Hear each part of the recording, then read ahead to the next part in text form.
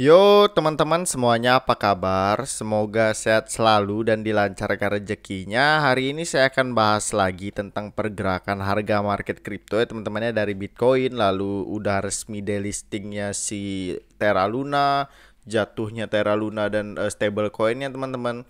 Namun pertama-tama saya ingin memberitahu terlebih dahulu, video ini bukanlah financial advice untuk kalian. Ini murni pendapat saya pribadi tentang analisa saya pribadi. Jadi segala sesuatu tentang trading di dalam dunia kripto adalah tanggung jawab si trader itu sendiri ya teman-teman. Oke, dari kemarin itu trending sekali ya teman-temannya tentang Terra Luna. Ini menjadi tamparan keras bagi kita bahwa nggak ada yang nggak mungkin ya teman-teman di kripto, bahwa koin yang memiliki fundamental yang bagus, yang kuat, bahkan bisa rug pull juga teman-teman. Udah di delisting di beberapa exchange, tapi untuk koinnya itu masih ada dan itu masih ditambah terus jumlah supply-nya sampai nggak terhingga ya teman-teman ya. Jadi untuk teman-teman yang merasa ingin membeli Terra Luna, jangan dulu lah sekarang, ini masih parah banget lah teman-teman. Mungkin akan ditambah jumlah supply koinnya menurut Dokun itu sampai harga koinnya itu nol. Nah, di sini di coin market cap kita bisa melihat pergerakan harga market crypto tuh naik 3%, tetapi itu rebound aja ya teman-teman ya. Bitcoinnya berada di area 30.000 dan Ethereum juga itu hanya rebound sedikit aja teman-teman. Jadi bukan pergerakan yang melesat naik seperti video yang sebelumnya saya katakan. Mengapa ini masih turun juga, market masih bearish juga, karena pemantik utamanya, pemicunya itu adalah si Terra Luna. Jadi eh, udah kepercayaan orang tuh udah susah masuk ke kripto teman-teman. Mungkin ini adalah waktu bagi kita untuk belajar juga, waktu bagi kita untuk serok-serok juga koin-koin yang memiliki fundamental yang sangat bagus seperti Bitcoin, Ethereum, seperti itu teman-teman. Jadi jangan untuk koin-koin micin terlebih dahulu. Nah, di sini kita bisa lihat ya teman-teman, udah mulai cukup tenang, dan di sini berita buruknya masih sama seputar Terra Luna. Pastinya kalau teman-teman lihat di sini, memang untuk Teranya itu, Terra USD stablecoinnya Terra Lunanya itu sekarang udah berada di mana nih tuh Terra Luna teman-teman? Udah nggak ada di 10 teratas. Lunanya udah peringkat berapa, 200-an kalau nggak selesai teman-teman, dan harganya itu udah parah banget. Udah kayak, oh ya udahlah, pasrahin aja untuk teman-teman yang menjadi korban dari Terra Luna di sini. em, Tetap semangat untuk teman-teman, semoga mental teman-teman tetap terjaga, dan hakikatnya teman-teman tahu bahwa investasi di kripto ini adalah sesuatu yang beresiko besar, yang sering saya katakan bahwa bisa turun 100, bisa naik juga 100, fluktuasinya gila-gilaan. Untuk peringkat Terra Luna 213 teman-teman.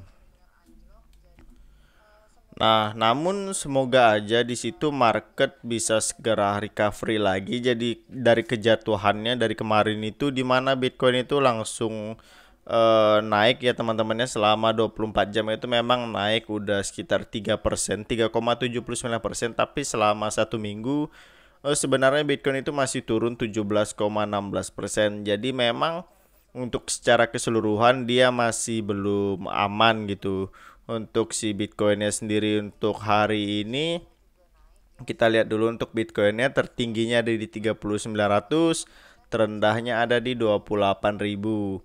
Terendah si dia ini, dan ini harganya masih fluktuasi banget, dan apakah ada potensi masih turun lagi atau enggak, nanti kita akan lihat secara jelas. Untuk chartnya, bagaimana pergerakan chartnya, yang pasti itu masih bearish banget teman-teman. Nah, di sini saya sampaikan lagi ada berita dari Binance bahwa dia medelisting koin Luna ya teman-teman ya. Luna USDT, tetapi teman-teman jika membuka di toko kripto yang BUSD itu masih ada, tapi harganya itu masih gila-gilaan. Masih banyak orang yang menarik Luna dari spot, dan itu mengalami keterlambatan ataupun kemacetan si withdraw Luna ini, dan menyebabkan tinggi volume transaksi penyaringan gitulah teman-teman.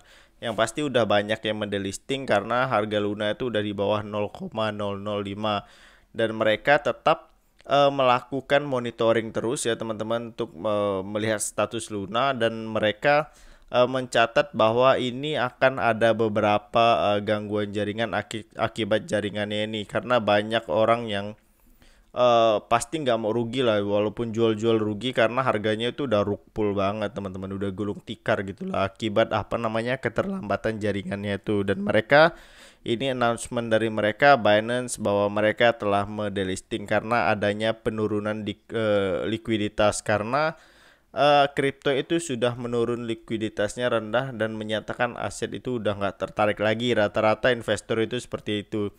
Jadi rata-rata orang yang membeli aset ini itu di trading view-nya itu di fee Binance-nya itu akan membuat likuiditas yang sangat parah teman-teman. Banyak orang yang menjual, banyak orang yang panik sell. Itu udah bukan panik lagi sih bahasa teman-teman, memang udah harus dijual, jadi nggak bisa di hold itu, dan fee-nya akan semakin tinggi jika menjual si Terra Luna ini karena udah di delisting. Maka dari itu si token Terra Luna ini udah di delisting teman-teman. Dan ini announcementnya dari Pintu juga, salah satu exchange yang legal di Indonesia yang terdaftar juga. Dulu saya juga menggunakan Pintu, bahwa mereka juga sudah mendelisting si Terra Luna jika harganya mencapai Rp10 teman-teman. Dan mereka juga mohon maaf atas ketidaknyamanannya. Mungkin 0,0 sekian dolar itu sama dengan Rp10 dan itu udah murni di delisting. Tetapi jika di toko kripto yang BUSD itu masih ada Terra Luna BUSD, tapi harganya ya itu teman-teman masih terus anjlok ke bawah dan itu rug pull parah teman-teman. Dan kenapa sih bisa token itu di delisting teman-teman? Karena aset kripto itu udah menurun likuiditasnya, karena aset itu udah nggak tertarik lagi. Jadi setiap kali trader investor itu membeli aset kripto itu di fee trading view-nya di Binance-nya itu akan membuat sebuah liquid yang menarik teman-teman. Namun ketika banyak orang yang menjual dan banyak orang yang berebutan untuk withdraw, itu akan menjadi liquid yang sangat rendah dan volumenya juga rendah dan fee-nya juga akan semakin berkurang teman-teman. Jadi itulah kenapa token itu akan di delisting. Dan di sini juga ketahui berbagai penyebab delisting kripto, dan saya menyampaikan hanya poin-poinnya. Mengenai apa itu cryptocurrency, teman-teman bisa baca sendiri kriteria penyebab delisting: karena volume likuidasi rendah, terus terjadi pelanggaran keamanan teman-teman, ketidakpatuhan terhadap persyaratan listing, memulai investasi Bitcoin dan aset kripto lainnya di ZipMax. Itu iklan lah teman-teman ya. Nah, yang pasti ini ketidakpatuhan terhadap persyaratan delisting. Maka dari itu mereka mendelisting daripada merugikan orang lebih banyak, lebih baik di delisting teman-teman, daripada membeli terus-terus dan juga harga terus-terus turun, dan itu akan menyebabkan kerugian bagi para investor. Nah, di sini saya udah ada di TradingView di Bitcoin, bahwa saya menggunakan time frame 4 jam untuk Bitcoin, bahwa teman-teman bisa lihat ini masih dalam keadaan bearish teman-teman, pergerakan downtrendnya teman-teman ya.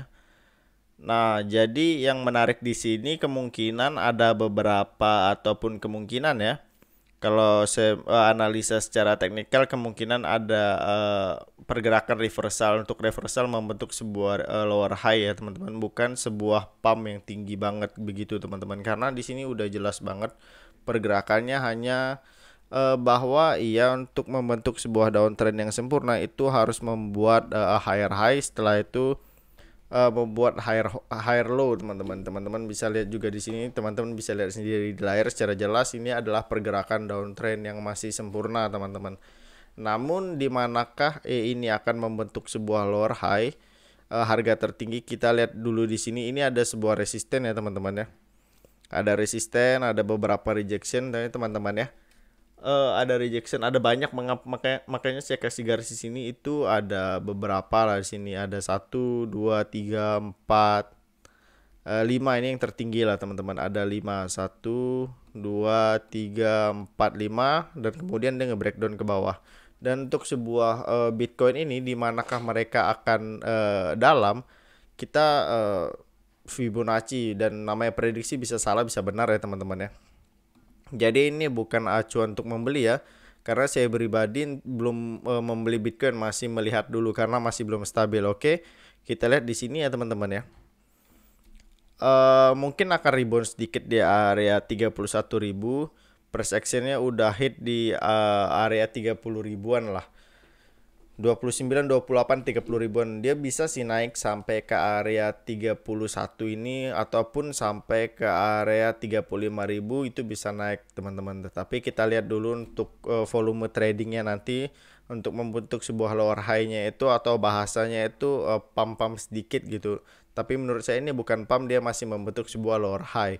Oke, jadi teman-teman, kemungkinan di time frame 4 jam ini masih ada potensi untuk membuat suatu lower high di sekitaran 30 ribuan, 31 ribuan itu teman-teman. Karena di situ ada titik-titik pantulan-pantulan kecil ini teman-teman. Tarikan-tarikan harga yang nggak kuat lalu dia turun lalu naik lagi. Lalu target nextnya, target selanjutnya itu untuk Bitcoin itu kemungkinan ya teman-teman ya. Kalau kita lihat dari Fibonacci-nya ini, bisa saja mereka hit di 25 ribuan lah teman-teman ya. Kemungkinan besar di 25 ribuan. Kemungkinan besar dia akan turun dalam. Kemungkinan besar di 27 dulu teman-teman.